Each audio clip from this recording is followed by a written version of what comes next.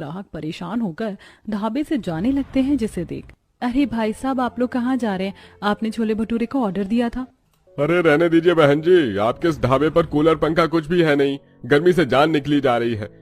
इतनी गर्मी में बैठकर छोले भटूरे नहीं खा पाएंगे हम। इतना कहकर दोनों ग्राहक वहां से चले जाते हैं जिसे देख सोनम को बिल्कुल भी अच्छा नहीं लगता। ऐसे ही थोड़ी देर बीतती है, कुछ ग्राहक आते हैं और खाने का ऑर्डर देते हैं।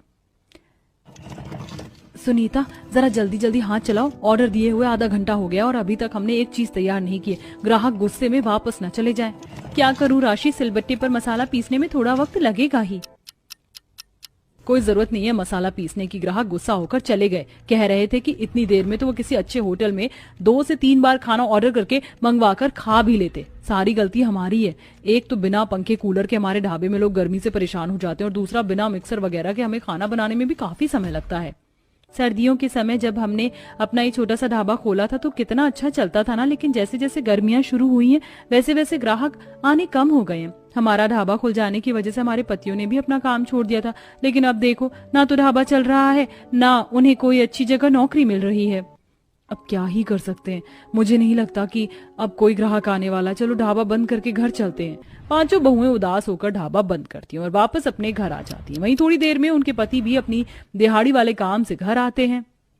लगता है आज भी ढाबे पर ग्राहक नहीं आए। ऐसा कब तक चलता रहेगा? हम लोगों की भी किसी अच्छी जगह नौकरी नहीं लग रही है। जब तक हमारे ढाबे में पंखा कूलर वगैरह नहीं आएगा, खाना बनाने के लिए मिक्सर जैसी चीजें नहीं आएंगी, तब तक तो ये सब ऐसे ही चलता रहेगा। हमारी तो इतनी इनकम भी नहीं है कि एक सेकंड हैंड कूलर ही ले लें। न जाने कब तक ये सब ऐसा ही चलता रहेगा।